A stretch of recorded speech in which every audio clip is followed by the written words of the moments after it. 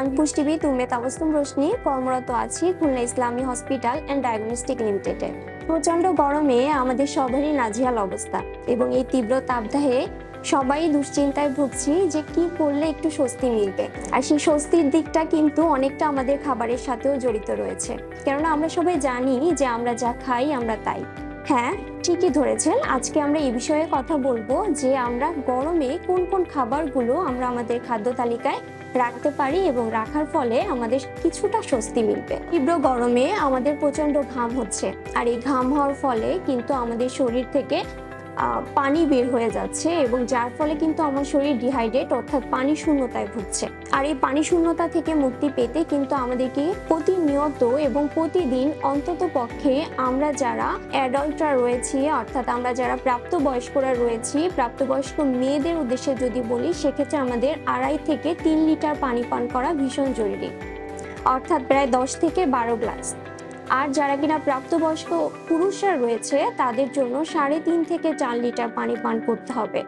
এখন এখানেও একটু কথা আছে যে আমরা সবাই জানি যে পানির অপর নাম জীবন, কিন্তু বিশুদ্ধ পানির অপর নাম জীবন। কারণ আমরা কিন্তু এখন দেখতে পাচ্ছি যে গরমের এই সময়টাতে কিন্তু বিভিন্ন ধরনের পানিবাহিত রোগগুলো হচ্ছে, যেমন ডায়রিয়া খুব কমন।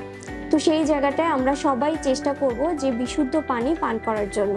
আমরা যদি আমাদের শরীরে পানির ঘাটতিটা পূরণ করতে পারি সেক্ষেত্রে কিন্তু দেখা যাবে যে হিট স্ট্রোক, যেটা কিনা আমরা এখন শুনছি, এবং হিট স্ট্রোকের একটা অন্যতম কারণ কিন্তু হচ্ছে দেখা যাচ্ছে যে শরীরটা যখন পানি শূন্য হয়ে যাচ্ছে, এবং আরও কিছু কারণ রয়েছে, কিন্তু সেখানে কিন্তু পানি শূন্যতাও একটা অন্যতম কারণ। তাই আমরা অবশ্যই চেষ্টা করব যে সবাই যাতে পর্যাপ্ত পরিমাণে পানিটা পান করার জন্য।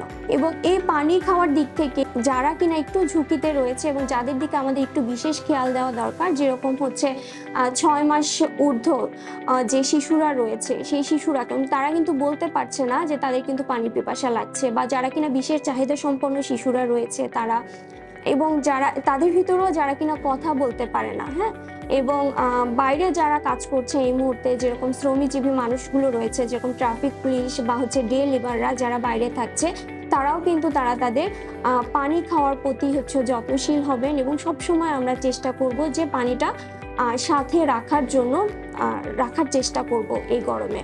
এরপরে যেটা বলতে হয় সেটা হচ্ছে যে আমরা যখন বাইরে বের হচ্ছি এবং হরহামেশাই আমরা দেখছি যে আমরা আইসক্রিম কিনে খাচ্ছি বা কোমল পানীয় বা কার্বোনেটেড ড্রিঙ্কস যেগুলো পাওয়া যাচ্ছে, তো এটা খাওয়ার ফলে কি হচ্ছে, আমি কিন্তু সাময়িক শান্তি পাচ্ছি, কিন্তু কিছুক্ষণ পরেই দেখবেন আপনারা যারা খান বা প্রতিনিয়ত বাইরে বেরোলে এটা নিচ্ছেন, সেক্ষেত্রে একটু খেয়াল করে দেখবেন যে আপনি যখন কিনা কোমল পানীয়টা খাচ্ছেন তার পরপরই কিন্তু আপনার শরীরে পানির চাহিদাটা কিন্তু আগে যতটা ছিল তার থেকে কিন্তু বেড়ে যাচ্ছে। তো আমাকে অবশ্যই এই জায়গাটায় আমাদের সবাইকে খেয়াল করতে হবে যে আমরা যাতে এই ধরনের কার্বোনেটেড ড্রিঙ্কসগুলো বা বাইরের যে কেনা জুসগুলো রয়েছে এগুলোকে এড়িয়ে চলে আমরা অবশ্যই বিশুদ্ধ পানিটা পান করার চেষ্টা করব, বা যে ফলগুলো রয়েছে বা যে ফলের জুসগুলো আমরা ঘরে তৈরি করতে পারি সেইগুলো খাওয়ার চেষ্টা করব। এতে করেও কিন্তু দেখা যাবে যে আমাদের বেশ স্বস্তি মিলবে। আজ এ পর্যন্তই। আগামী পর্বে এই নিয়ে আরো বিস্তারিত আলোচনা করব আমরা। আমি খুলনা ইসলামী হসপিটাল অ্যান্ড ডায়াগনস্টিক লিমিটেডে প্রতিদিন বিকাল 4টা থেকে 6টা পর্যন্ত এখানে আছি। আপনারা যারা এই মুহূর্তে পুষ্টি পরামর্শ নিতে চাচ্ছেন বা আপনার খাদ্য তালিকা নিয়ে ভাবছেন যে কি আর রাখবেন আপনার খাদ্য তালিকায়, অবশ্যই চলে আসুন আমাদের খুলনা ইসলামী হসপিটাল ডায়াগনস্টিক লিমিটেডে।